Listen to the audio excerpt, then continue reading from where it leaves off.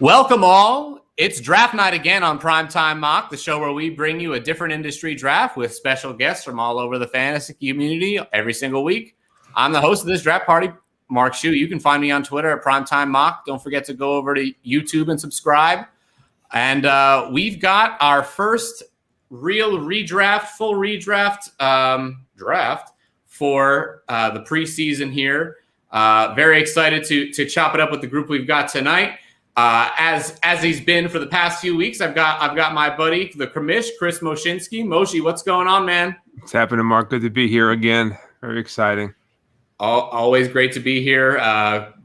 Great to have to draft again. Again, we always say draft day is the best day of the year. We have draft day every single week. I actually had my contract league free agency supplemental draft this week, which was really interesting. And I ended up paying $50 for Sam Darnold, so that really hurt. Well,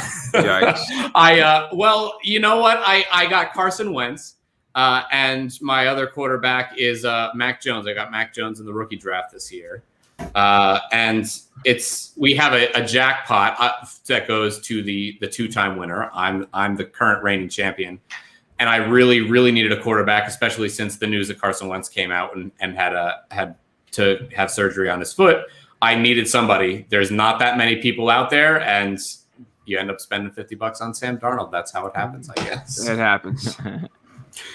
All right, and actually before we get going, Chris, we should probably just mention again, Fantasy Football, our new reality show pilot that we're putting together this year. The competition is on. We've got, if you are a DFS player, if you love fantasy football, if you play showdown lineups on Monday and Thursday night, this league is for you. We have a Thursday night showdown where you compete for your safety. And then if you do not win safety on Thursday night, we throw you into the gauntlet where you play Thursday to Sunday in a regular fantasy league. And then on Monday night, the lowest scores, they go into a Monday night showdown to fight for their lives. Every single week, we knock off one player until there's only one left standing. So we're really excited about it, and we're going to have video diaries and documentation through the whole process while we make this show. We're very excited about it, and if you want to sign up, you can go ahead and go to my link, my pinned tweet on Twitter. Go to @FantasyFFB Show to find the actual Twitter for the contest. And get yourself entered. You just need to put out a 5-minute video of why you'd want to be on the show, and we will watch you and see what you got. So pretty exciting. Go ahead and show us what it takes. Moshe, do you have anything on it, real quick? No, so I think I said it last week too. I wish I can play in this thing, but I'm pretty excited to see all the submissions coming through and getting this league started. You know, it's gonna be pretty exciting. We'll have some twists and turns along the way as we learn about how this league is running, but it's going to be pretty fun to see how it all works out. So get your submissions in soon so we can start getting this stuff finalized and get this thing going. And I'm going to be heading to the Fantasy Expo this week for those of you who are going to the Fantasy Expo. If you see me, feel free to ask me about it. I'll probably won't be able to shut up about it while I'm there. So if you stand near me, you're probably going to hear it. So be ready, I suppose. Let's get into some of these great guests we've got here. He is from the League of Tomorrow podcast. It's his second time back. Alex Kirkpick, what's going on, Kirk? Hey, what's going on, Mark? Appreciate the invite again. I had fun last time. It sounds like we got a good group this time. Obviously, the League of Tomorrow, it's just a podcast that started up with two guys that were in a dynasty league together. I mean, we just started it, having some fun. About 14 episodes in, we do some crazy stuff on it. I think last time we talked, we did some Fear Factor smoothies around fantasy football. Right now we're doing division breakdowns. It's just some fun stuff, having fun with it on my free time, just trying to learn the business of all this. I love it. But I'm not watching that show. I can't. That stuff. Every time, you know what, we were talking before on air how we're fans of Big Brother, and every time they do those contests where you have to eat or drink something or that Fear Factor, I could never watch that. It never works for me. I'm always like leaving the room gagging by the time I see it come up. I definitely got to try to get you in season 3 of that fantasy football one that just joined. That's pretty fun. Yeah, if you get me in, I'd be down for that. All right, let's meet some more of our guests here. He is an animator for the Fantasy Footballers. Please welcome Brian Ketron. Brian, what's up, everybody? How you doing? We're doing great over here. We're really enjoying this mock draft. The draft has started. We're about 5 rounds deep, but we're not gonna talk about that right now. I want to know how you're doing, Brian. Doing well. This is actually my first ever time on any fantasy football podcast. So they usually keep me, back in the closet, just working on the graphics and stuff. So anyway, this is cool for me. This is cool to sit down and get to chat draft and do it with a bunch of cool guys. So. Looks like you're still in a closet. I am. So I actually office out of a closet. So this was the only room available in the house. So this is what I got. That's true podcast life right there. Like everyone, if you didn't start in a closet when you started your podcast, then you didn't start rough enough, I guess. Yeah, man, I just upgraded to the middle, the main level of my house here. I started in the basement on my daughter's tea set table, and I just moved up here last week. So I totally feel in the closet office, the closet sound studio. I wish I had a closet that I could probably fit my whole setup in. That I could probably get less of reverb when I'm talking on my mic. But I'm sure such is life. And it's about 180 degrees in here right now. Tell me about it. It's that my air conditioner is having trouble keeping up over here as well. Brian, anytime they let you out of your little closet there and you want to come clown with us, you're welcome. Okay. Sounds like a plan to me. All right, and let's see. From the Fantasy Whispers, we've got Mr. Johnny Game Time. Johnny, what's going on, man? Appreciate you for having me on. First timer over here. Got a first timer out here. I really, really do like mock drafting. I love it. In fact, we do it 24 hours, in fact, because we love it so much. But I appreciate you so much for having me on. Looking forward to chatting it up with you guys. Absolutely. I'm not sure if you know this or not, but one of the first mocks I did when I started in back in March, this Twitter account, was a Fantasy Whispers mock draft with Lauren Carpenter, I believe, was stepmom Lauren, who I did it with, and that was one of my first mocks out here in fantasy world. So I appreciate you for that. Happy to return the favor. I don't even know if you knew that or not, but I didn't. So it's good. It's good to know. And we're happy to have you. I had reached out to Travi and he was like, yeah, let me do it. And every couple days, every couple weeks, he'd be like, oh, you know what? I got to work. Can't make it work. And then he's like, why don't you reach out to Johnny? I was like, why didn't I do that why didn't I do that at the same time that I reached out to you? So I'm really happy to have you on, and I'm ready to chop it up with you, and let's keep it going. Let's see. Oh, my fault. Make your pick. Yeah, that's my real problem. Let me do that first, guys. Talk amongst yourselves while I make my pick, because it's hard. It's hard out here right now. It's exciting to see some new faces in here. I mean, I was just talking to Jay before. We'll get to you in a minute, Jay, I'm sure. But it's pretty cool to see some first timers on the show. I remember my first time. It wasn't that long ago, actually. So definitely exciting moments. So enjoy it. You're talking mocks, right? Yeah. Okay. Just I didn't think he was. Okay. Just making sure. Is it true if you don't use it, you lose it? That's every time. Okay. 100%. The microphone. You lose the microphone. The microphone. Yes. Clearly. Yes. Oh man! Should have got Michael Thomas there. That should have been an auto draft, right? I should. Well, we don't time out on Primetime mock, right, Mark? We don't time out. We don't time out. Usually, yeah. Usually, no, the host doesn't. If it was one of you, I'd maybe make you make your pick with your pants around your ankles or something. But other than or something like that, or but we're not trying to. So our pants aren't supposed to be around our ankles. Okay, all right. Hey, you know what? Again, it's like 180 degrees in my house. It's 180 degrees in Brian's house. So if you're not wearing pants, as long as it's above the belt, we're good with you right now. So yeah. So no fun fact: the Practice Squad podcast I have with my friends, we almost named it "Three Dudes No Pants." That was going to be the show, but we figured we go something more football related. But I like it. I'm on board. All right. He does audio for the Sleeper Wire show. Please welcome Nick James. Nick, what's going on, man? Hey, what's up, Primetime? I was one of the original guys that was joining every single mock draft that you would post. Recently got a stream set up and whatnot, so now I'm here to hang out in person. Man, I'm so happy that you decided to. Once you told me, I was like, you got to come on as soon as possible.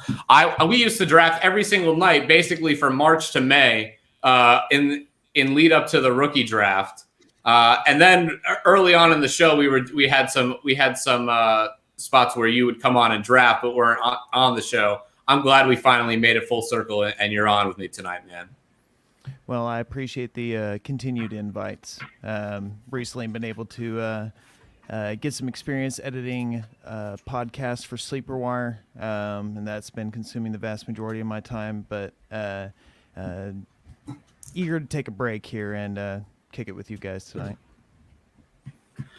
Okay, he's a writer for Going for Two. Please welcome Jay Christensen. What's going on, Jay? What's up, Mark? I'm actually on the clock right now. I'm staring at the board. I'm put you on the spot now. Good timing. Yeah. I don't want to mess up my picks. I'll just go with my old trusty. Well, I can head over to my pick. Damn, you had to rush him, huh? Had to rush him. Had to pick my boy, but we'll talk about that later. But how's it going? First time on the show as well. I can multitask here. I'm a professional. No, it's always great to have you. You know, I love having new people. I mean, I clearly like having tons of people on the show. So anytime you want to come back, I'm always happy to have people back. I love meeting new people. So anytime anyone wants to mock, if you're out there watching this, if you're into fantasy and you want to be and you want to get on the stream and draft with us, come hit me up with a DM. I'm happy to have anybody here. Jay, I know, Chris, it has the link through Going for Two with Chris, and I'm happy to make that work. I'm always happy to find some guys for Going for Two, and all over this community. We've had Chris on our show before. I do a pod with my brothers. One of my brothers took a spot on the mock tonight, helps out. We do Brothers of Dynasty is the name of the podcast. It's just three brothers talking about dynasty football.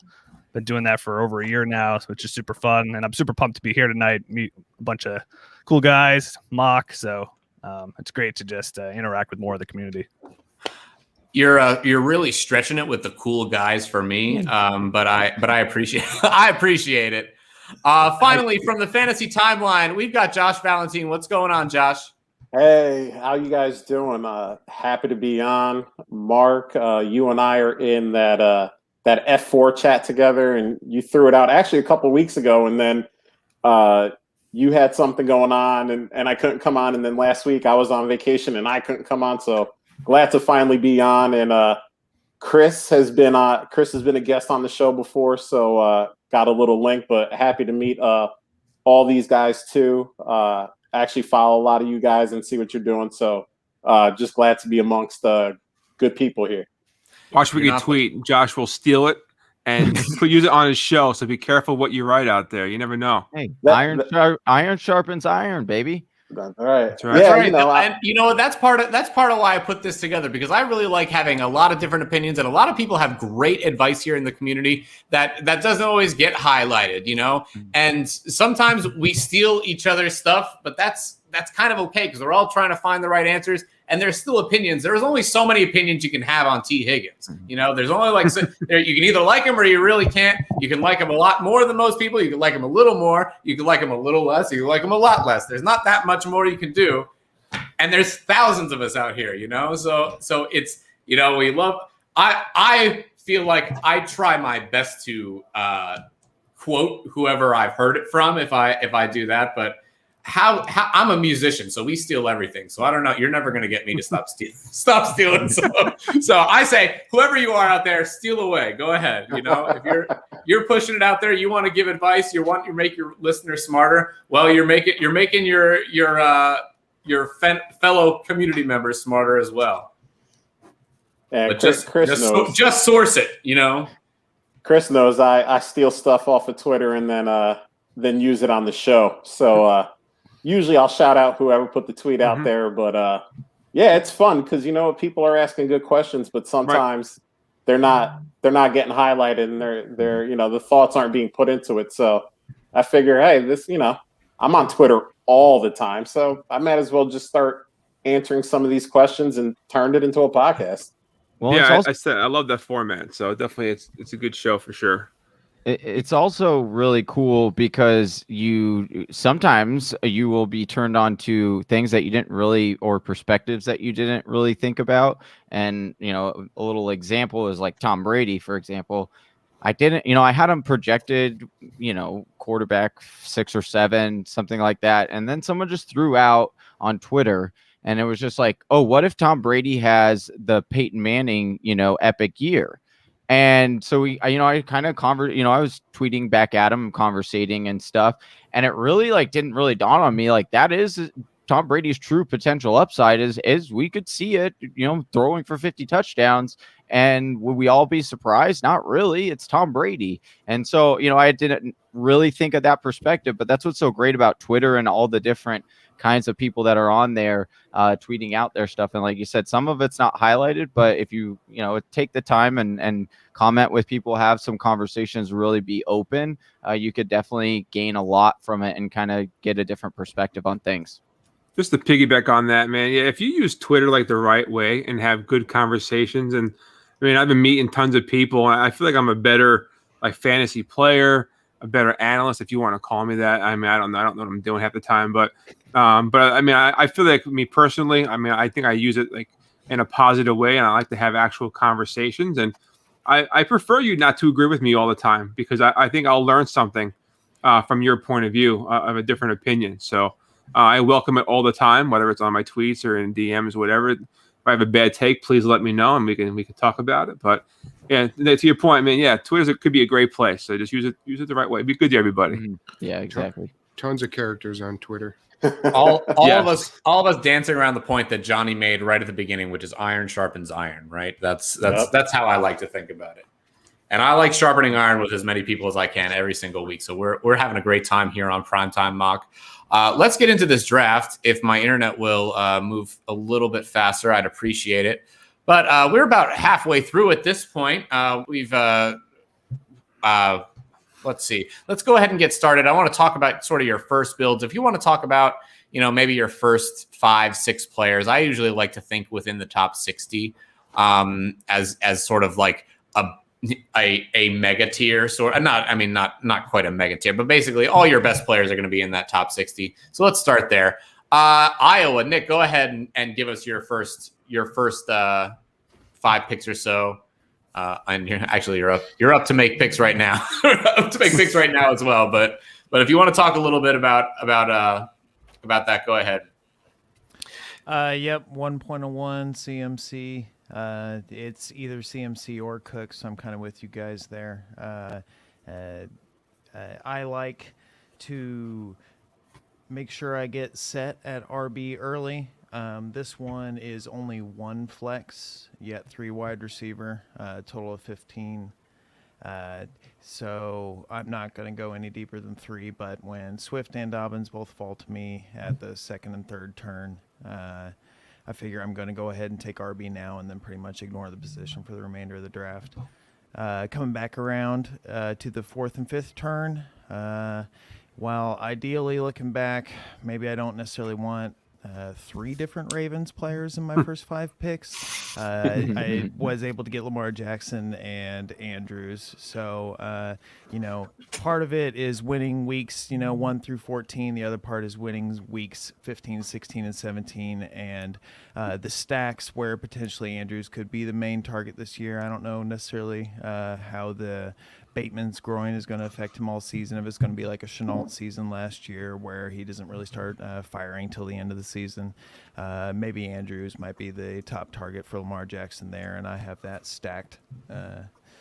And then basically for the rest of the draft now, I'm just taking value and upside. I find that a lot of wide receivers' value falls into like the 6, 7, 8, 9, 10 rounds, where if I was to take an RB at the same position, I'm maybe taking someone I value a little less, but I'm securing a position. I like to be set up to be able to take the best player on the board. So As a general strategy of mine, I like to be secure at other positions and then take lots of flyers on wide receiver because, I'm going to be active on the waiver wire. I'm constantly going to be shifting these guys in and out. I really like what happened. I don't like what happened to Rashad Bateman. I've been hyping Rashad Bateman a little bit the past, basically since the rookie draft season. But I will say, I do like what it does for the stack you put together. The three with Dobbins and Jackson, and then Andrews. I think Andrews is probably going to see a big bump in targets just from that. And they might rely a little more on that run game. So I do like that stack. I personally think the Ravens are going to be. I mean, like Lamar Jackson, I wasn't ready to pull the trigger in a 1 QB. I kind of like to wait a little bit if I can. And there were still more rushing quarterbacks on the board, but I really do love Lamar Jackson this year. He's my quarterback 2 right now. For me, in a 0.5 PPR, I really want to lock in one of the top quarterbacks. 0.5 PPR just means as a whole, the remainder of the positions score less points. So having an elite quarterback, I came into this draft thinking that I want Josh Allen, Lamar Jackson, Kyler Murray, or Patrick Mahomes. So when Lamar fell to me as the 4th quarterback off the board, I paid the least price of the top 4 quarterbacks selected. That was the angle I was trying to take on it. Let me ask you. I'm assuming you value them all pretty much similarly at this. Then I mean, I know that you're getting them. You got them 8 picks after Mahomes there. But do those 4? Do they all sort of fall in that same tier for you? Moreover, the order that they were selected is pretty close to the order that I would have them. But I think each has their own chance to be the QB1 on the season. So my goal is to take the last player in a tier. So if those top 4 quarterbacks are a tier, I got the best value for someone who has similar upside as the 3 selected before them. All right, Brian, go ahead and give us a little bit about what's going on with your draft. Yeah, so my first few picks were Kamara, Jefferson, Robinson, Godwin. And actually, I'd like to do this about once a year with at least one team. I didn't expect to do it when I was live on my first ever pod, but I clicked my 3rd pick. So I actually ended up having to pivot. So that Robinson pick was not my intent. So I'm a guy who are you going for? So I was actually looking at Chris Carson, who he slid quite a bit down. I thought there was no way he would come back to me after I missed, but I'm very I never feel like I walk away from a team feeling confident about it if I don't get in those first couple of rounds a couple of running backs. And normally when I was coming back around, I would have probably taken another running back there, but my tier break like Iowa was talking about was actually had happened right at Harris, and Jefferson I think is a stud, has the potential to be the number 1 overall.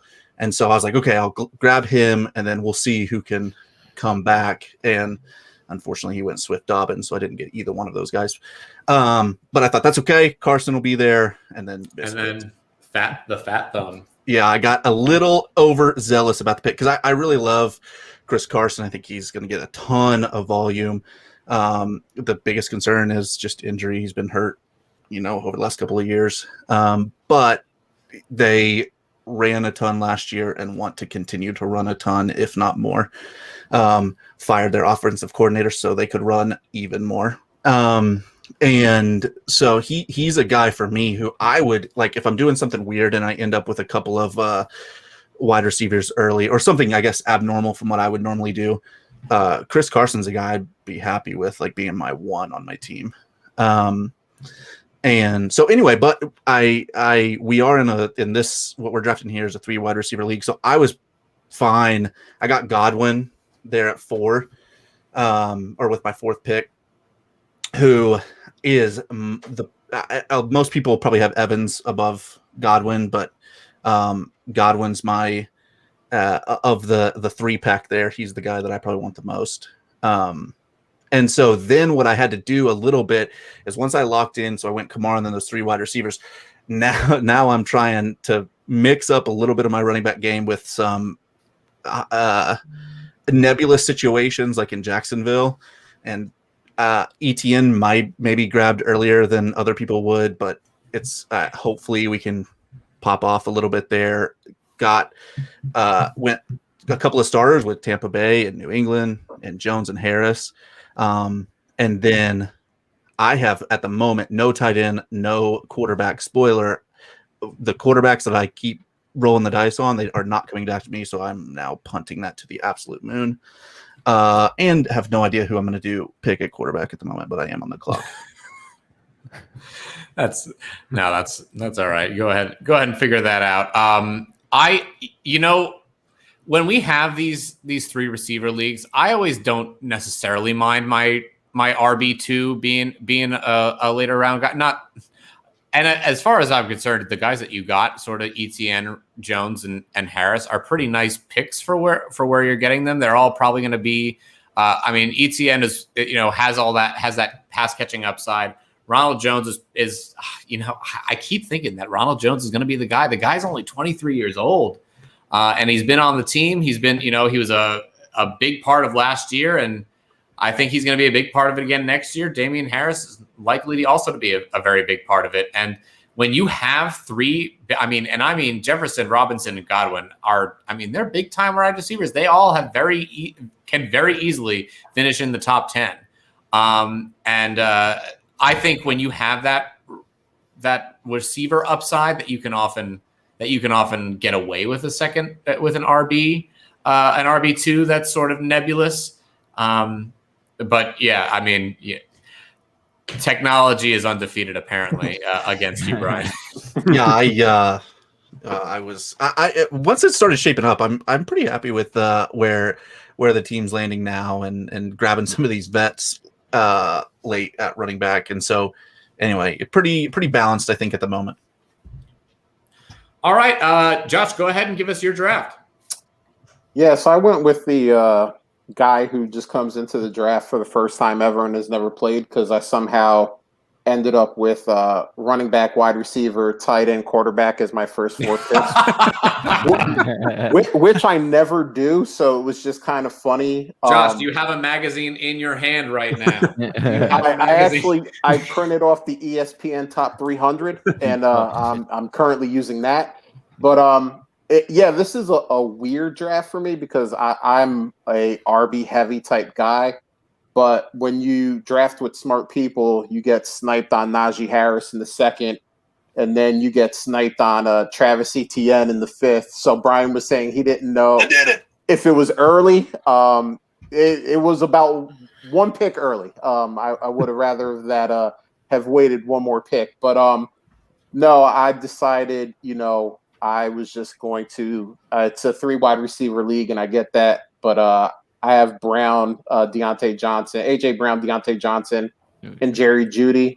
So now I'm kind of doing the hero RB thing where I'm just kind of piling up on the Leonard Fournettes and the David Johnsons and the Tony Pollards of the world and hope 1 or 2 of them hit. And I'll start tackling these wide receivers soon to give myself a little bit more depth. But yeah, somebody, and I'm sorry, I forgot who already because my memory is not great, and I'm on the clock. Actually, that was the guy I wanted, so that was perfect. I wanted him there, but I already had Chenault, so I couldn't double down. Bless you, because if you had done that to me again, I may have had to leave. So, it was funny because I would never admit to anybody in a real draft that they sniped me, but I got sniped twice in 5 rounds. So I was like, hey, what's going on here? And then I remembered, everybody in the room is smart. So they're going to, that's going to happen. But so that's kind of my thing. I'm kind of just loading up on some fringe RB guys that might need an injury, might have a little standalone value, but that's kind of how I'm working it since I took Saquon in the 1st round. Man, Josh, I do this every week. I get sniped on everybody. I have these guys that I love, like my loves. I never get them because everybody's taken them all. They've taken them already. So I feel your pain, my man. I really do. I'm gonna go into my draft, and because we're kind of going one by one. I don't like that format. We're gonna try and switch it up. I'll tell you what I'll just go for everybody and tell you what I've got. Zeke. I've got Najee Harris. I also thought that he went into he's that end of that tier, like Brian was saying. And then I went with McLaurin, Ayuk, and Lockett in 3, 4, and 5. Came back with Mike Davis, Russell Wilson, Dallas Goedert, Dillon, AJ Dillon, Devin Singletary, and Marquise Brown. Anybody who hasn't really spoken yet, if anybody wants to come around and roast any of my picks, let's do it right now. Go for it. Zeke. No, I'm just kidding. No. That's a pretty good. I do want to ask you guys the Singletary stuff. It's really interesting to me because Zach Moss, and we've been talking about, Zach Moss is the better value kind of thing and go for him. However, everything that's kind of been, other than training camp, the training camp has been saying Zach Moss has been performing better. But then what you're hearing from the coaching staff is they don't plan on switching up anything from last year, that they plan on using it the exact same. So is Singletary actually the actual value that we're going to want? If, I know it's the Buffalo Bills backfield, but if you're in one of those where you go like a RB anchor is what we like to call it, where you just tackle a solid RB in the first round and then hammer wide receivers or whatever, is that not I don't understand why more people don't just target that whole entire backfield right there, because it's so incredibly cheap. And then, you kind of have that RB2 for you kind of fill in for whoever's the better one. And you know what? I'm gonna sort of explain my reasoning of where I went through on that draft strategy.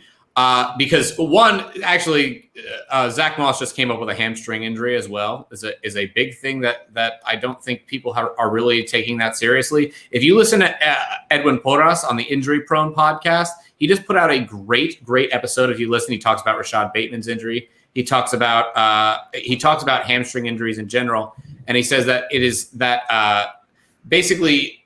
There are 50, I don't know how long this sample size dates back, but there were basically 55 occurrences of re-injury to a hamstring that happened within the season or within the actual calendar year. And 45 of them were re-injuries. Of the 55, yeah. So the 55 injuries in certain span, 45 were within the same year. So if you have a guy who starts the season with a hamstring injury, it's really tough. It is really tough for me to get behind them because there's always that risk of re-injury, and it is a long process because ultimately what happens with hamstring injuries is you come back too soon, and that's where that re-injury comes from. So I like that. First of all, I've been a truther of Devin Singletary. That I like him more than Zach Moss. I don't think that he necessarily was going to have the opportunity if Moss was healthy, but now he does, and now he has that opportunity, and it's pretty. I think at this point it's probably unquestioned. I mean, they'll get some play. Breida will get some play. Is he still there? Breida's still there, I believe. Yeah, right? Yeah. So he'll get some play, but I really do think that Singletary was the better back, at least as far. I don't know as far as production is concerned, but he looked like the better back to me when he was on the field. So I'm actually really excited for that. And at the time where I just drafted, if you're looking at the wide receivers, Jalen Waddle had just gone off the board. And then we've got Mecole Hardman, which I apologize, Nick, but gross. And Rashad Bateman, who just injured his groin. It looks like they just put out a report that Harbaugh said that it's possible that he might start on injured reserve. Corey Davis for the Jets. I like what Robert Saleh is doing, but then you got Ruggs, and but ultimately I don't really trust the Jets right now until they really show it to me. You've got Ruggs and Pittman and Elijah Moore, who's injured, who's still out there, and I took him. You took him, okay? Just did. And so that receiver room, that receiver group really got to be problematic for me. What was left, so I went with Dillon and Singletary, and Dillon's another guy that I think has top 24 potential, even if Aaron Jones doesn't get hurt. I don't necessarily know if it's going to happen, but he's going to have RB1, RB2 weeks. Come by. He'll have a few by December. I'm sure of it, and I don't think anybody's going to argue that either. We have a friend that's on Madison or. ESPN Madison radio in Wisconsin, and he has AJ Dillon, and he talks to it was Jamal Williams last year, but as well as Aaron Jones on his show, and he told us when he came on our show that, hey, look out for AJ this year because he's going to carve out a nice role for this team. So when he said that, I did perk up a little bit, and I do agree with coming around a little bit more on AJ Dillon. Yeah, he definitely has some standalone value out there in Green Bay. I'm really interested to see what's going on with Randall Cobb. Maybe you got some insight on Wisconsin ESPN radio out there, but I feel like Cobb may have a role. Robert Tonyan, I'm not that excited about with his 50 total targets and 12 touchdowns, whatever he had last year. So I mean, Cobb may take some of those touches away, those targets from Dillon and Jones, but I think he has standalone value, especially when you have Mike Davis as your third. Now, I do like Mike Davis a little bit, but he's not going to give you a solid 15, 16 games. So, no, I think you need a little third running back, Mike Davis. I don't know if some of that he's your two, I'd be worried. I'm concerned about just projecting all that volume to Mike Davis. We just talked about it on a show last week. It's just I don't know if he's very good. He was good at pass catching last year, but his rushing left a lot to be desired. And my wonder is if they just find a committee there. I know that backfield's just gross though. There's no one there. To be honest, but I think they have to give it to other guys. And then Cordarrelle Patterson, if he gets passing there, I think that's what Mike Davis did the best last year. So I'd be worried that the thing he did the best last year gets capped a little this year. Mm-hmm. So I'd worry that. But as a third, I can't argue with okay, I only have to roll Mike Davis out in my flex or on a bye week. I can't. Yeah, and to be perfectly honest, Mike Davis of the three of my RB 3, 4, and 5, he might be my least favorite. Yeah, I think. Well, I'm not a. But you still get. I don't know why a guy like AJ Dillon is going as far down as he is. I know why. I know that there's committee, but there are plenty of guys that have been drafted ahead of him that are in committees. I mean, what does he have? I mean, he can. He doesn't have the same sort of skill set as Kareem Hunt, but it's a I still find that there's plenty of value in a guy like Dillon where he is, and especially in these redraft leagues, even in 3 wide receiver leagues, you're often able to find wide receivers on the waiver wire. You are not always able to find those running backs, and running backs become currency in one quarterback, one tight end. They become currency. So if you feel like you're not comfortable with the wide receivers that are coming out, and AJ Dillon is sitting there, how do you not take him? Yeah, I wish he fell further. I ended up in having to hit a lot of running backs late in the draft because I went weird draft for me. I went 2 wide receivers first 2 picks, so I'm trying to hit your mid-tier running backs in the middle to try to put together some depth there. Dillon would have been a guy I'd love if he fell back to my 9. He didn't. I ended up taking Gus Edwards and then taking Jamal Williams, 2 guys I think could get run there to play them in your lineup. Detroit should run a ton there with Swift and Jamal Williams. They said they're going to get Jamal Williams involved. Gus Edwards already, gets plenty of carries at Baltimore, but Dillon's a guy, he gets the job there. Aaron Jones goes down. That's a guy I could see being a flirt with RB1 on good weeks when they have good matchups during the year. That's a guy who could get, we saw what he did last year. It was 1 game, but he has a little bit higher upside, which I like if he somehow found himself in a job. And that was the type of guys I was looking to put with my team. And so I had to go with some other guys there in my spot. Sure. All right, Kerp, why don't you go ahead with what you've got going on in your draft here? And we can roast Kerp too when he's done talking about it. Yeah, because I was not happy with how this started. Obviously, my main goal in the middle is try to get Aaron Jones. I have him as my running back 3 this year. Me too. I love it. Yeah, I love Aaron Jones, especially in PPR formats, because it's like you guys said about AJ Dillon. Jamal Williams left, and that was the only threat to Aaron Jones in the passing game. So I'm loving Aaron Jones where he's going. My pick right here was between Calvin Ridley and Najee Harris. I have David Montgomery above Najee, so I took a shot on David Montgomery coming back. So I took my 5th wide receiver in Ridley. So I tried to get 2 studs there, and it just happened that Montgomery did come back. And then after that, it was more confusing. I love Lamb over Cooper, but I think Cooper's still the guy in Dallas, and I just don't know what approach they're going to have. If he can stay healthy, I mean, I think he can be a top 7 receiver based on that offense and how bad that defense is going to be. And like Kareem Hunt is my mid running back that I'm trying to aim. He's just shows over and over that he can put up top 10 numbers in a backup role with Chubb. And I think people are overlooking the schedule a bit. This is a 3rd place schedule that the Browns are playing. So it's going to be a lot of football games that the Browns are going to be up a lot. So I can see Chubb taking a break in the second half, so big leads. So I can see more work for Kareem Hunt. I mean, so I'm aiming Kareem Hunt in those mid rounds, and I think it could be a steal that you could play as your RB2 if you take an approach like Brian did, going that stud running back, 3 wide receivers, and then I'd be aiming for guys like Hunt that you could definitely play in that RB2 slot. Oh, I'm on the clock. Yep, go ahead. Anybody have anything for Kerp's picks? I don't want to. I know I can talk a lot, so. I'm a huge Ridley guy, so I cannot argue with that. That fell right for you too. If you have your board lined up like that, and then Montgomery falls back to you, that's nice. If you're able to grab Ridley, real big fan of Ridley. I like him this year. And Cooper, interesting, falling.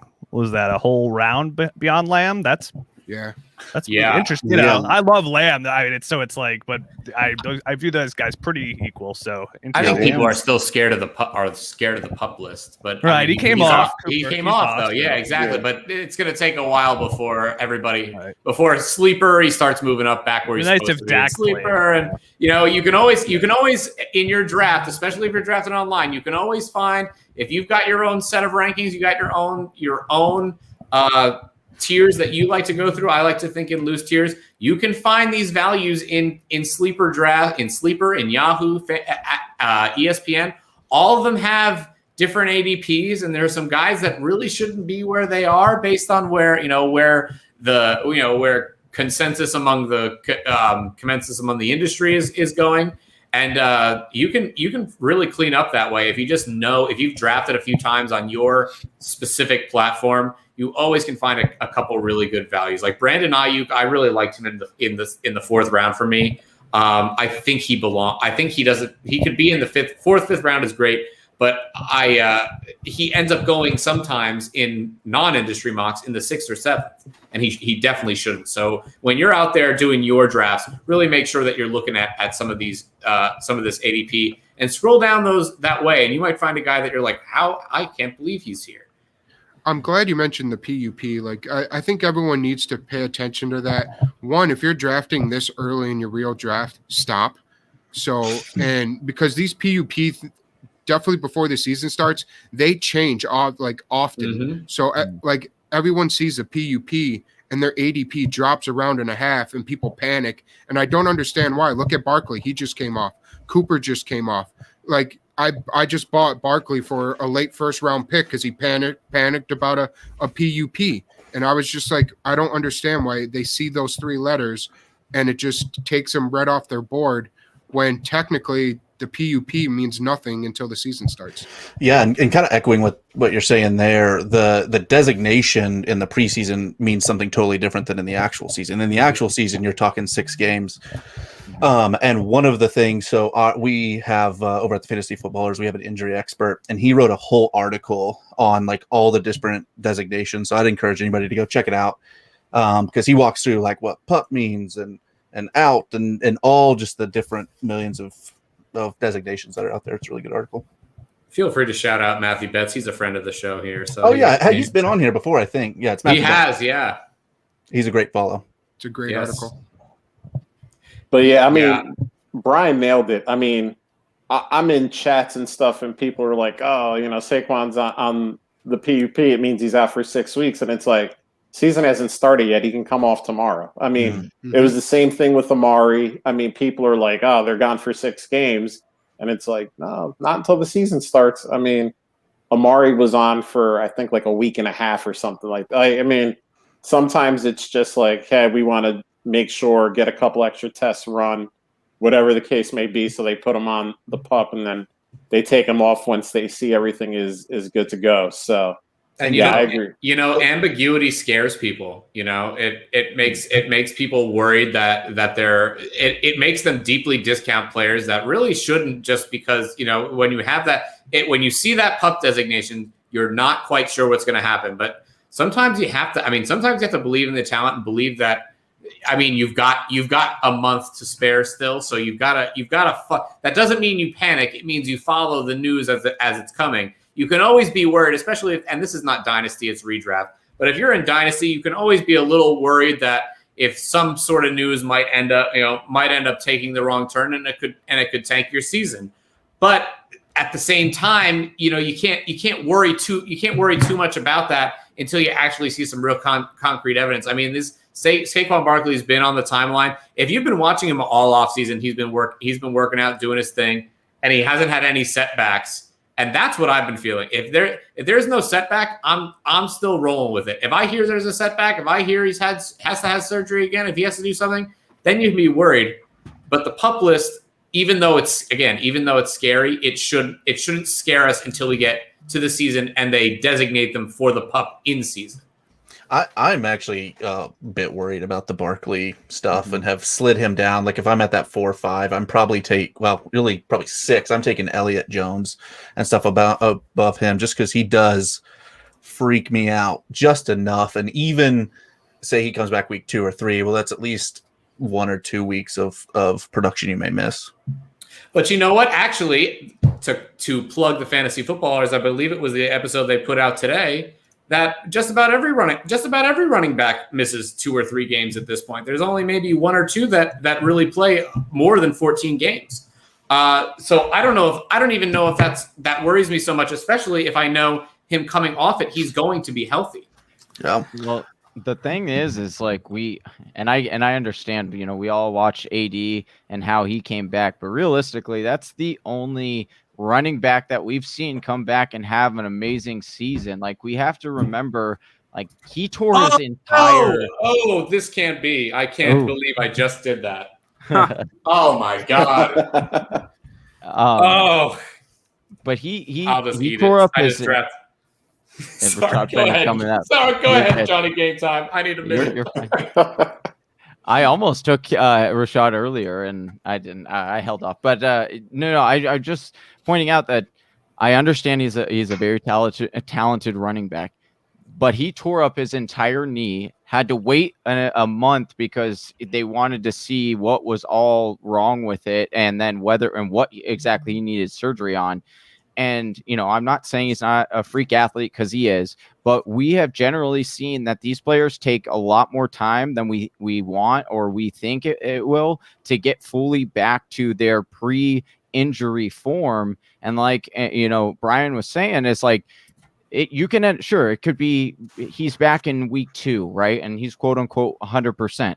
But they're not going to give him 100% of the carries just because he says he's 100%. They're going to ease him in. They're going to work him into that, get him completely up to game speed. And how long does that take? Are you at week 4 or 5 by now? And so, like, I'm really concerned at all, drafting him at all in the first round, realistically, just because it's going to take some time for him to come back. And even when he comes back, he might not be what we know as Saquon Barkley at 100%.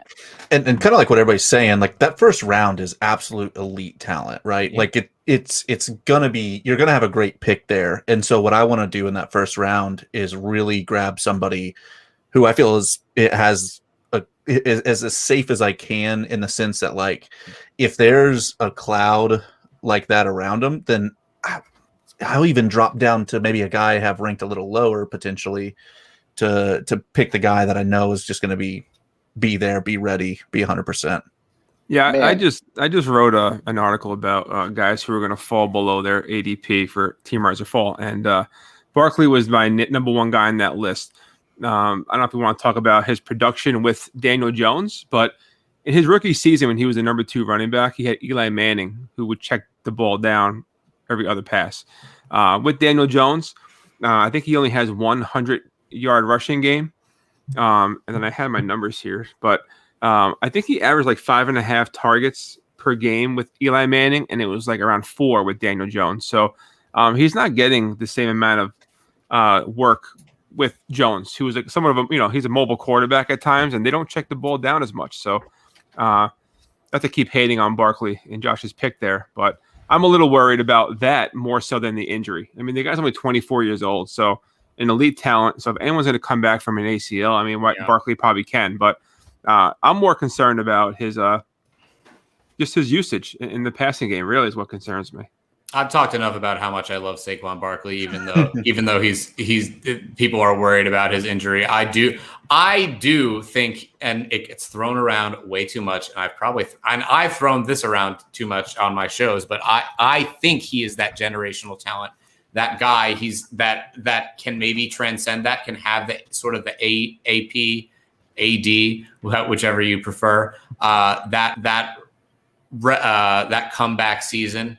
I think he's healthy. I think the MCL is not something that you should be too worried about as far as MCLs are concerned. People come back pretty well from that. It would just be the ACL. And as far as that's concerned, it seemed everything as far as that, is structurally okay at this point. He is off the pup. He is practicing. And if you're telling me 4 weeks from now, if he's still suffering no setbacks and he's on track to play, are we still that worried? Are we still pushing him back to 4, 5, 6? Because to be honest, until I really feel like it's a worry, because again, he's back practicing now and I really feel a lot more comfortable. I'm willing to take him as high as 2. I could understand why you would take him at 2. Right now, I have plenty of shares of him, so I kind of push him back in my tier, and I might take Zeke, or I might take Dalvin or Kamara, in a bunch of my drafts. But ultimately, I don't see any reason why, the weekend, the week of Labor Day weekend, he's healthy. He's no setbacks, not on the pup, maybe not playing week 1 or unsure. They're not going to tell you, to be perfectly honest. What's stopping you? Yeah, I think it's just also the team, because I mean, you've got that injury layer, but then of all the guys that are available up there, other than Christian McCaffrey, like those teams can move the ball, and sure, like I trust their offense in general more. But I feel like the Panthers' offense for the past 3 years has just been, it's Christian McCaffrey. That's it. Here he is. Yeah, and I think that's what I'm saying. He's the anomaly up there, and I mean when Barkley went off, like I don't know that they were a world beater, but it was basically just OBJ and Saquon, and you saw Saquon get 23% market share, but it's declined over the last couple of years. That was just the offensive coordinator, the fact they didn't have other weapons. Now they bring in a guy like Kadarius Toney who will take those, swing passes. They've got a big, I understand they had OBJ before, and so you could say that's similar to what they had with Kenny G, but they just have a lot more offensive weapons that they could use and don't necessarily have to. They also have better backup running backs, because at the time they didn't even have, a solid backup running back behind Saquon. And then this injury kind of forced their hand, and they were like, oh, we definitely need to get some better quality backups here for if this happens, or if we have to start them off slow. I just am concerned that we saw, not to say that we saw the best of Saquon Barkley in his rookie year, because I definitely think that he is a very talented. He'll be a top 5 back, I'm sure, in next year's draft. But I am just concerned with everything lining up. It's just too many things, and I'm like, wait, what is this going on? Or what's the question here for me? And I just don't have those questions with Dalvin Cook, CMC, Alvin Kamara. Ezekiel Elliott is a guy that I'm really high on, as well as Nick Chubb. Like, I'd rather take Nick Chubb over Saquon Barkley. Yeah, Barkley, I think, is my most overrated first round pick this year, just because it's basic for the stuff that you guys have already mentioned. Like, without Eli, I don't think Barkley's come close to put up the numbers that he did his rookie season. So I think people are drafting based off of the name Saquon Barkley instead of the fact that this Giants team is not good. Their offensive line is terrible. No one knows how good Daniel Jones is. And it's like you said, with Toney going in this offense and playing in the slot, those short passes, and Daniel Jones might not even have enough time for Saquon Barkley to run those routes. So Toney's going to be there instead. So, I mean, to me, Barkley's at my running back 9 and 10. I'm not touching him at all. I'd rather touch Eckler and Gibson Like, to me, they're just more secure. I know exactly what that offense looks like. So, I mean, I know, Mark, you're talking about him being your second and maybe possibly your second pick. I can't do that. I don't know why everyone is so high on Barkley. At the price, you don't need to do that at the price. So I'm not necessarily doing that right now, especially where he is at ADP. Especially in the top 5 rounds, I'm usually trying to stick pretty close to ADP. I'm not really looking to really rock the boat all that much unless I really feel strongly about a player, or that they're in a tier above, every player that's going around them. And it's all love. I appreciate y'all coming from different angles and debating me. But when Saquon Barkley shows that he's that dude again, I'm going to order myself an edible arrangement and I'm sending you all the bill. All right. So I just want to know what idiot took him at 104 in this draft, man. I like it. Damn. Do we have worries about like other guys in the top? Like I think they all have, like, when you really look at them, they have question marks. Like you think about Kamara, what he did. If Taysom gets the job, goodbye Kamara. Yes, goodbye.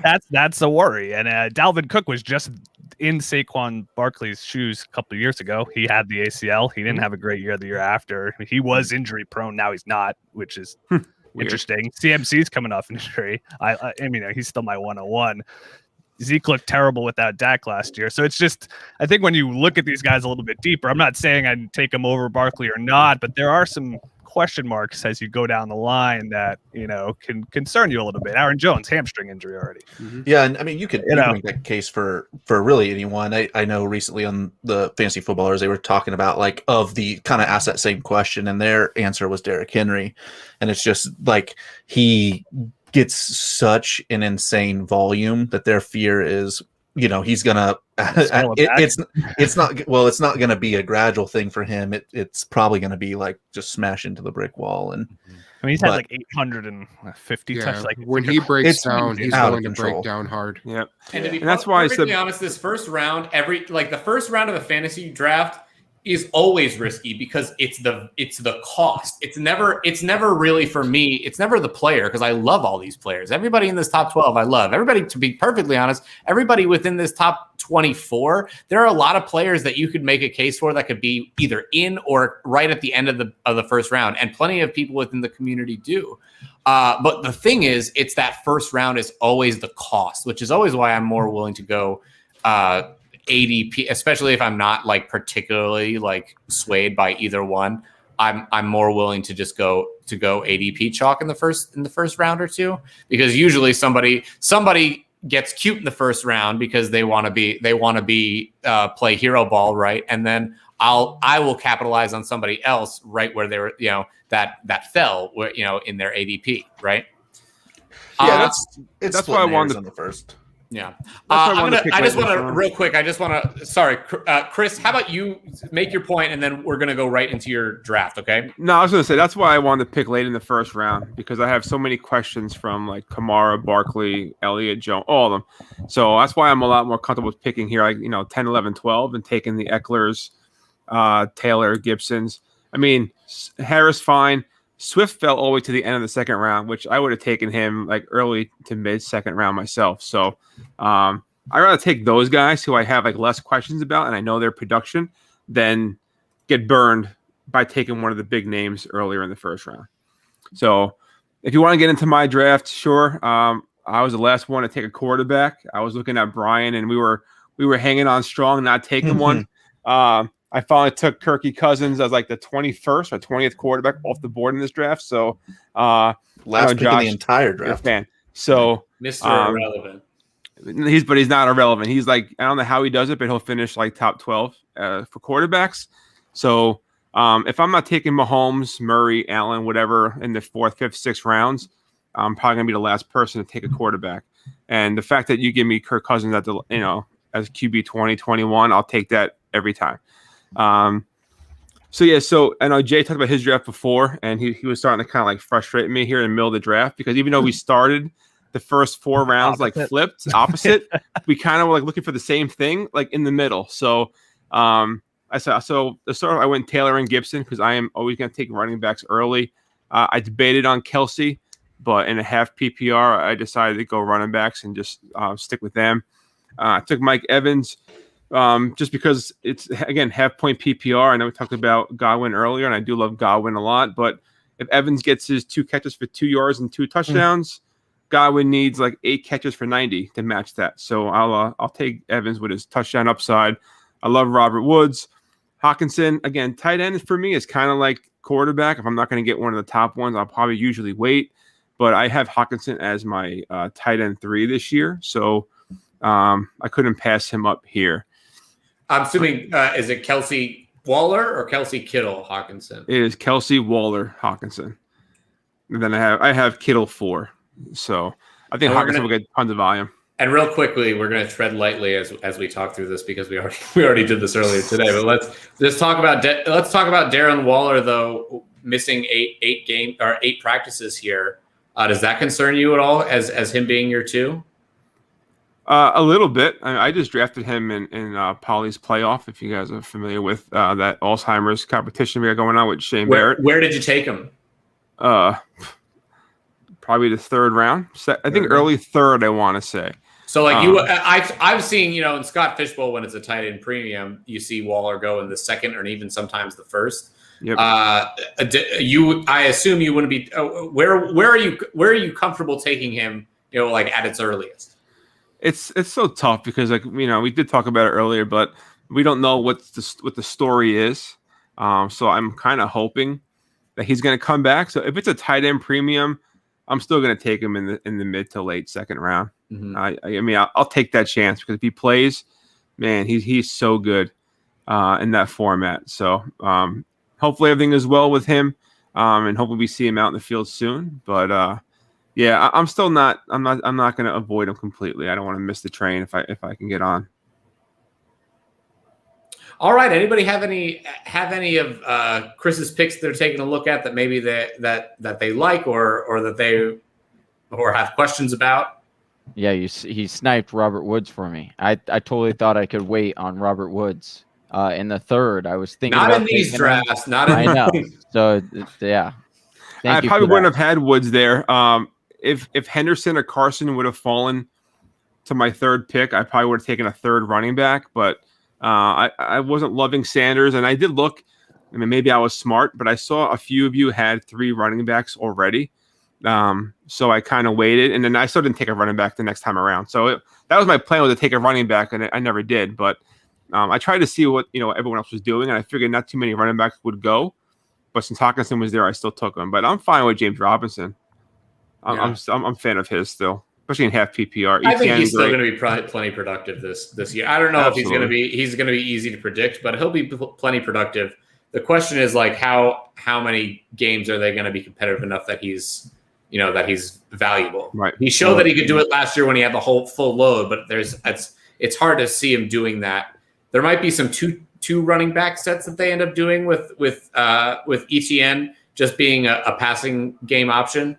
But I worry about, on some of those games that don't necessarily have as much offensive firepower that he's the guy that he was last year, because he was getting you 100. He was getting you 100 yards pretty much every game. So James Robinson is going to be very frustrating this year, not because he's not a great player. I think that he is a good player. I'm actually in Dynasty. I'd be going to try to get him because his value is really low right now, and he could lead this team in like 3 years or 2 years now. The thing that I'm concerned about is the offensive coordinator is none other than Bevel. And what did Bevel do when he was in Detroit? Just like he does anywhere he goes, just like he did in Seattle. He will use all of his backs. He will split them up. He will not play what is supposed to be the best back, right? We saw that last year with DeAndre Swift and AP getting, a lot of work over DeAndre Swift until, halfway through the season. Well, hold on real quick, because I just want to pause. I want to pause there real quick because DeAndre Swift wasn't the best back early on. He looked like the best. He looked like he was a talented back. He does have that notorious missed catch in the end zone that first game, right? Yeah. But AP was definitely still, I think he was the better veteran. He was a better veteran presence there as a back. And there were games where DeAndre Swift early on wasn't as good as everybody's I think is leading on. He did have great end of season games, but there was plenty of time where he wasn't necessarily that guy. Yeah, there was a postseason interview done with Adrian Peterson where he talked about DeAndre Swift, and he even said, he's like, yeah, DeAndre Swift should have been playing over me a lot sooner than what actually happened.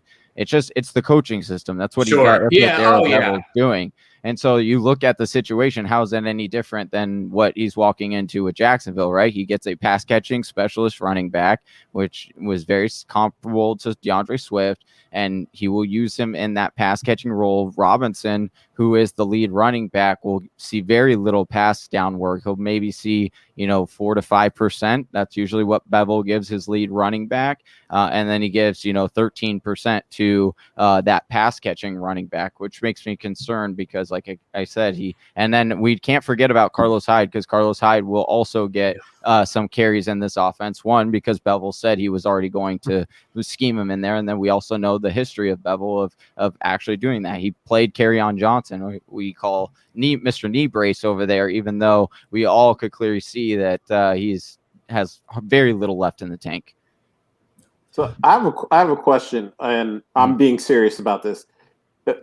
How much influence does Darrell Bevel have? Because is it just the Urban Meyer offense, and maybe Darrell Bevel can? It's the Brian Schottenheimer offense, I believe.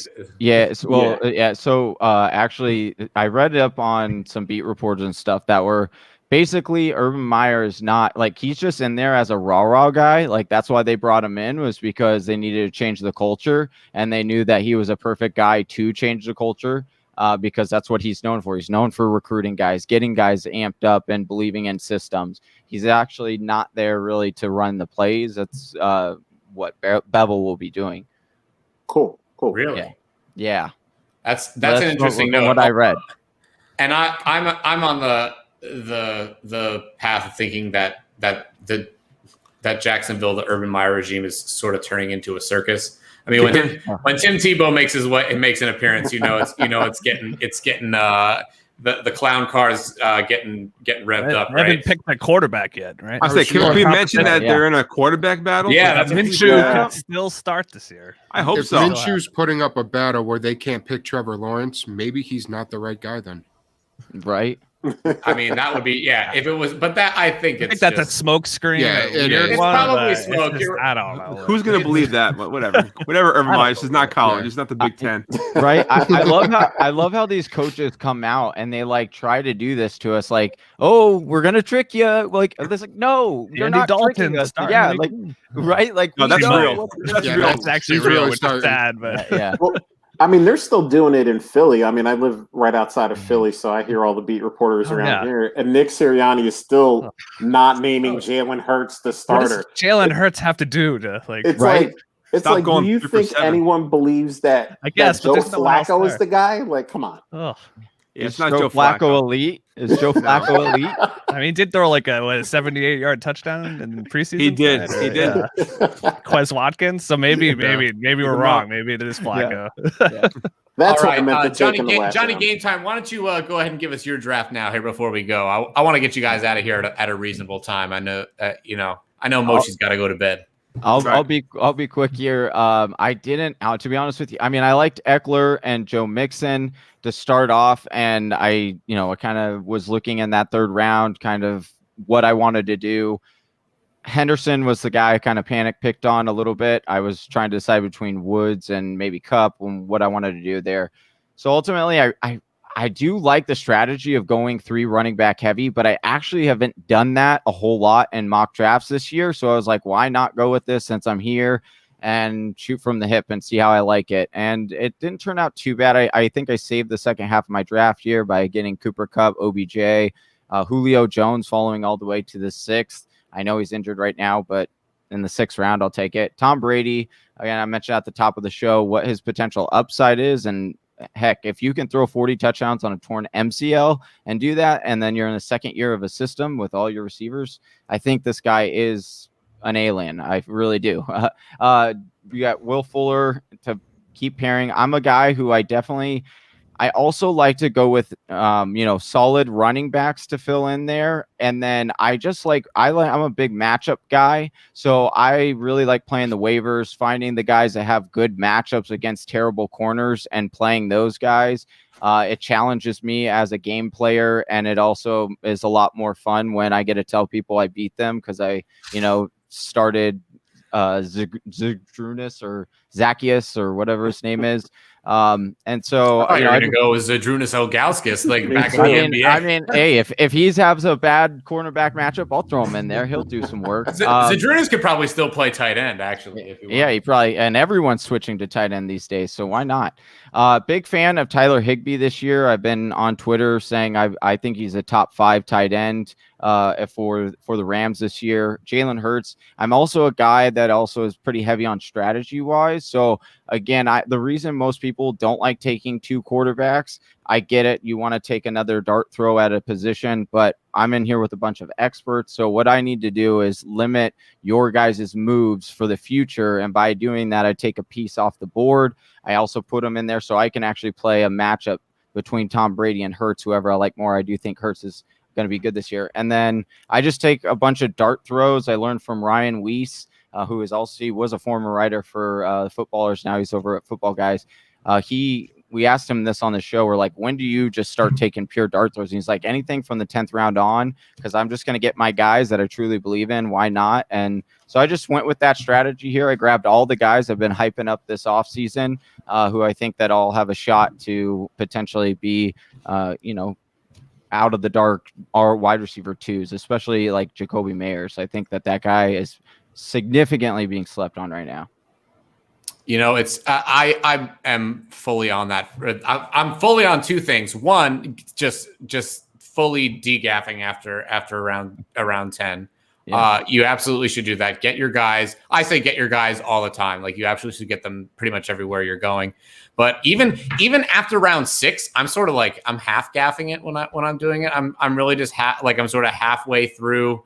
There are guys that I know that I like more than others. I'm not going to worry so much about their ADP, but they're all sort of in that still within the range that you're going to have to reach there. But yeah, once you get there, and then Jacoby Meyers, man, I love Jacoby Meyers. They have had, and let me say something. They have had this role that Jacoby Meyers was kind of playing basically since Wes Welker. He has been a huge and valuable part of that Bill Belichick system for almost 15 years at this point.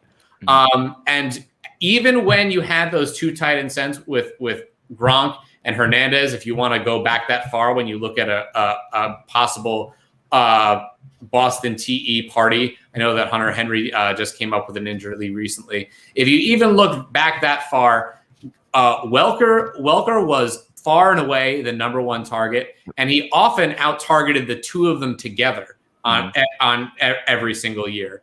And he was seeing 145, 150 targets from week, I believe it was week 7 when Edelman went down. From week 8 on, Jacoby Meyers was 3rd highest in receptions for the year. He didn't score any touchdowns last year, and he's still a very valuable piece. Cam Newton, if you don't believe in Cam Newton from last year, that's fine. I still think he's going to be better than he was last year. And if you believe in Mac Jones, I really think that Jacoby Meyers is going to have a huge part of this offense. I don't necessarily want him to be like my number 1 guy, but there's always been that blue collar wide receiver who's ended up knowing the system well far beyond even what the rest of the team does, beyond maybe the quarterback. And they have been the one that's been the quarterback's was Brady's right-hand man. I know it's a different setup, but I can't imagine and think that hasn't been working for 15 years, and it's worked all the way up until last year, that they're just going to stop now.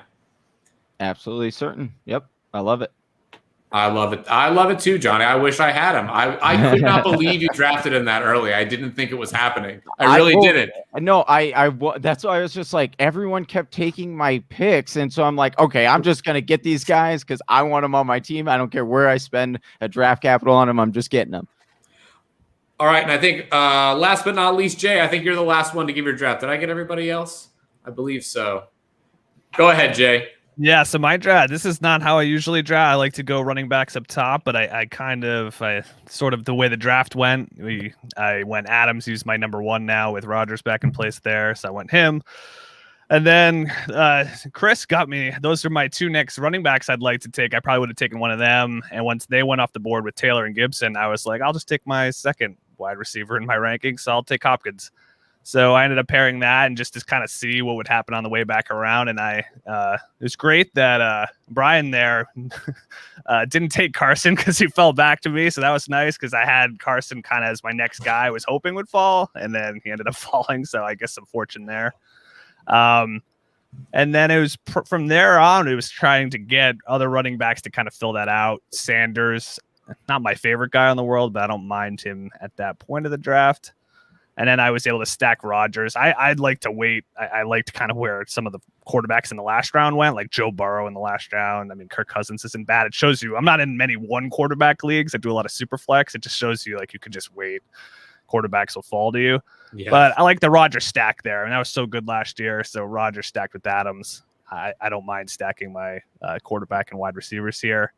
And then it was just a run of wide receivers before I got back into running backs because I like all these guys. I really like Claypool, just getting down the field, how they involve him in the offense there. Really like his upside. I'm a Debo guy, so I don't mind taking Debo. A few rounds after Ayuk, I think I like Ayuk better, but I think Debo can compete there. And I love Brown. They throw to all those guys there. That offense in Tampa Bay is going to be pretty stacked.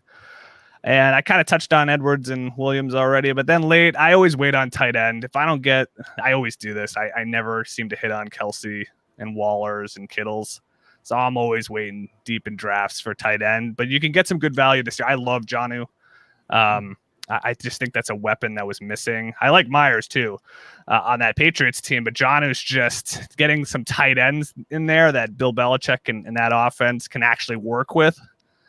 I really like him. Henry's already banged up, so if there's a Jonnu show there, I really like his upside, and you can get him real late. His ADP is starting to creep back up, but you can get him if you miss early on, and you don't have to do it at a big price.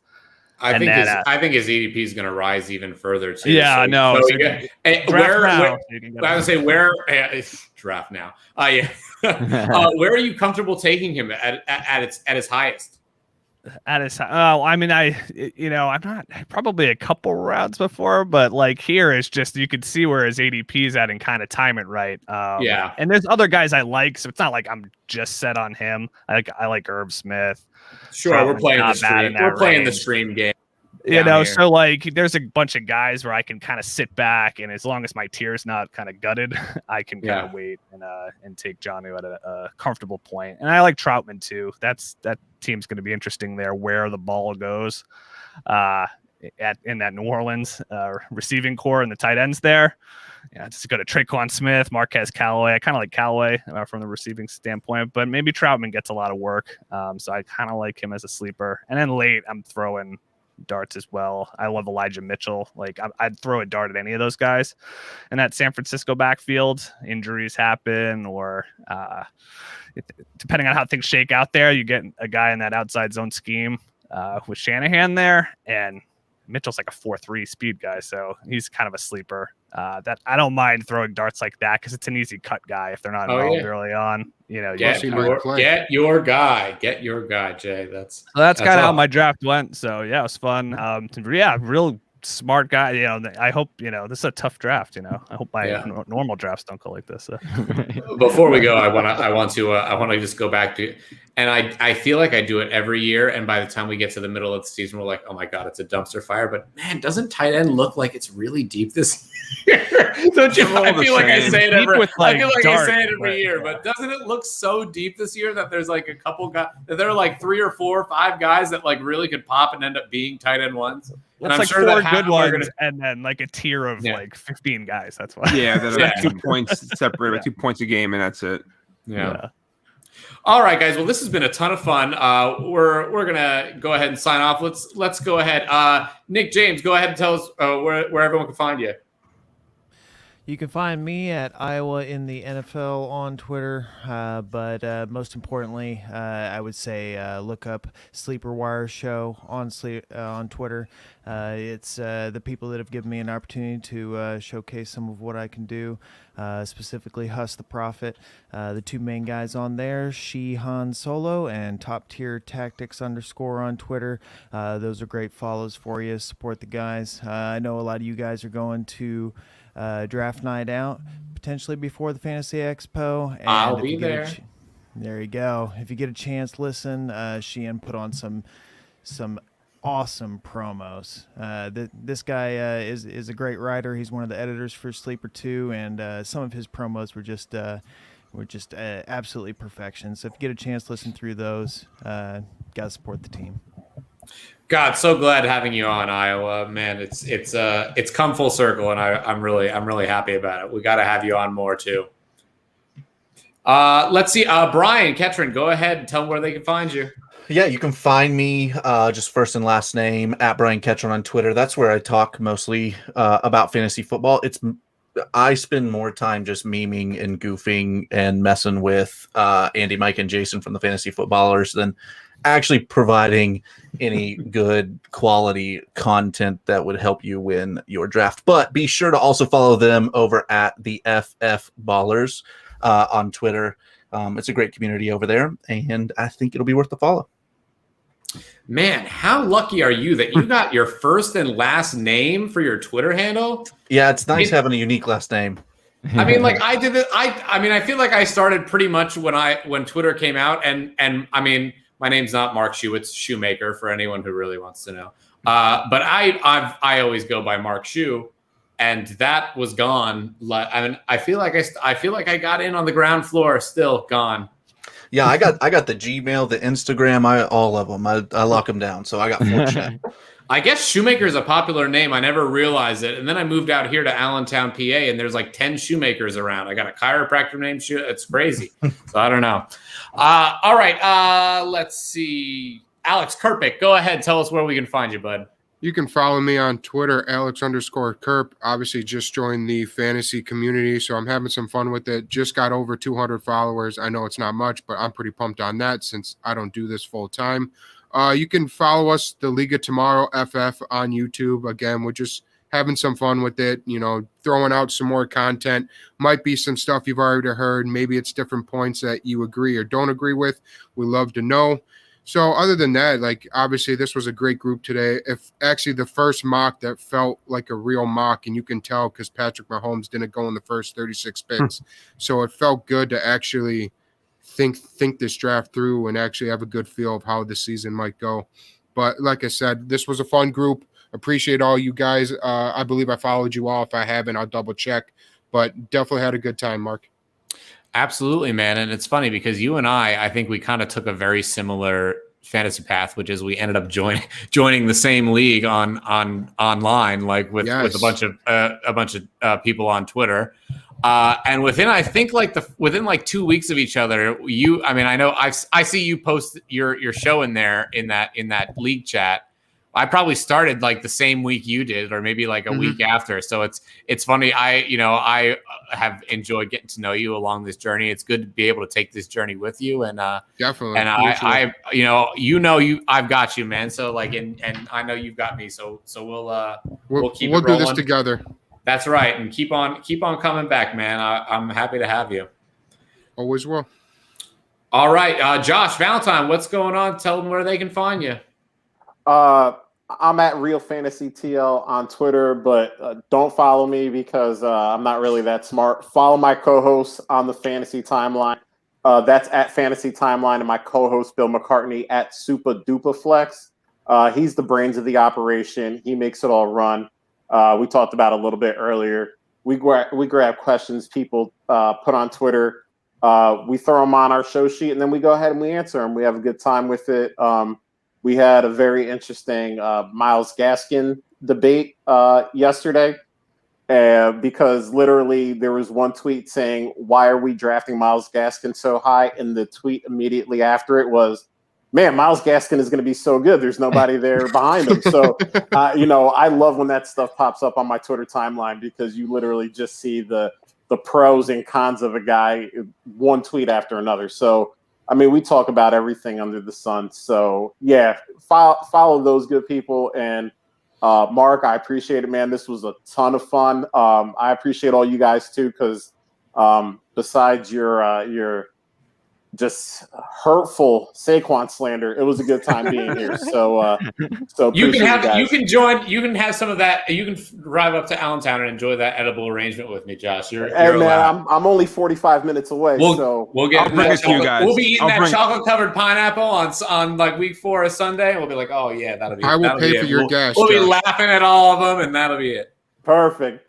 Alex is paying for the gas, and we'll do a video. We'll put it on YouTube, just eating the edible arrangement with these guys, and just laugh at them while we're doing it. You can have me like crying in the background because I'm 45 minutes from Mark too. So guys, you better not leave this group chat either that I started on Twitter. I'm keeping this receipt, and we're coming back to this like week 4. Let's go. Hopefully, I'll be speaking Spanish by then. Who's this? Yeah.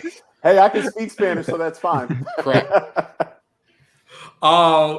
Jay Christensen. Jay, go ahead and tell them where they can find you.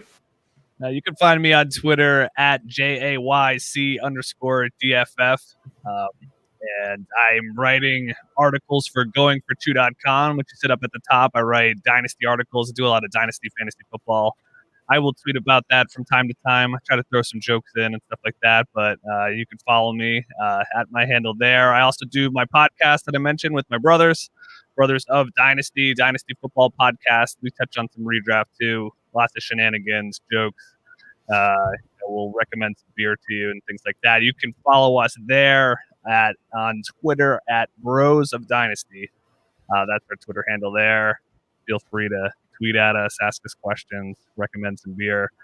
We have a good time. That's what it's all about. Having a good time, talking about football with different people on Twitter. It's all about having fun. Maybe arguing about the players from here and there, like Saquon tonight, but it's all fun, man.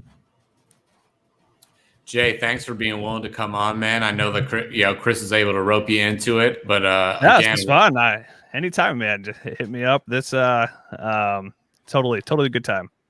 Yeah, we have a great time every week. Every time, you could come back every week, and you wouldn't have the same show. There's always, you never know who's going to show up. And you never know what the conversation is going to be like. It's a great time. I always like to throw some twists where we put different kind of drafts. We do our wide receiver only drafts. We do our late round draft, our flex drafts. We do all sorts of different things. So it's a good time. We're kind of wrapping it up for the year because we're almost getting close to the end of the season here. But anytime you want to come back and mock, we'll be here for sure. Johnny Game Time, go ahead and tell them where they can find you.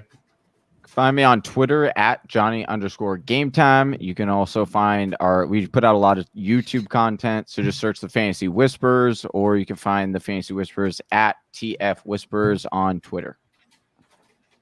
Love it. All right, Moshi, give him your info. So you can follow me on Twitter at TheCommishFF. Like I said, I'm a writer for Team Riser Full and Going for Two. We have the fantasy football show going on. We talked about at the top of the show. And then Jay and I are part of the Fantasy Football Expo at home this weekend. So if you're like us and you couldn't make it out to Canton, Ohio, we put some we didn't do it, but Shane Barrett and Matt McCarthy put some shows together from Friday night all through Sunday. So I'll be tweeting about that this as well, like tomorrow and stuff. So you can check that out. And if you're not going and you got nothing to do, you want to talk football, feel free to show up at one of our shows. I think Jay and I are on tomorrow night at 9, right? That's so right. 9 Eastern tomorrow night. So my wife's going to kill me for being on a show again tomorrow night, but whatever. We have the weekend. So yeah, so find me there too. So appreciate it again, Mark, for being here for another good show. I mean, some of you guys I haven't seen before. Absolutely. You're not company anymore, Moshi. You're just here. I help myself right to the fridge, grab a beer, whatever I want to do. That's right. You're Kramer now. Yeah, you're coming in. And I thought you were gonna say you sent someone to Canton with a live camera, and we were just gonna watch the stream as people. That'd be Oh, we gotta have Yeah, Moshi wait. on like the robotic, the little tablet, his face going to just roll. Was that the Big rolling. Bang Theory had that? Right. Didn't they have that or something? Yeah, that'd be pretty funny. And yeah, that fantasy football. If you're interested, go ahead to take a look at my pinned tweet. It's right on top. You can find more information. You can get yourself entered. Send your video. We'd love to have as many entries as you want. We only got a bunch of white guys right now, so we could really use some ladies. Or if you're a person of color and you love fantasy football, we'd love having you on fantasy football. And other than that, I'm Mark Shue. You can find me on Twitter at Primetime Mock. I think next week we're going to be having a Devi draft, and I have no idea what I'm going to be doing for that. So we'll see what happens. Guys, it's been real. It's been a ton of fun. Fantasy Expo, I'm coming for you. Everybody have a great weekend. See you guys. Appreciate you guys. Yeah.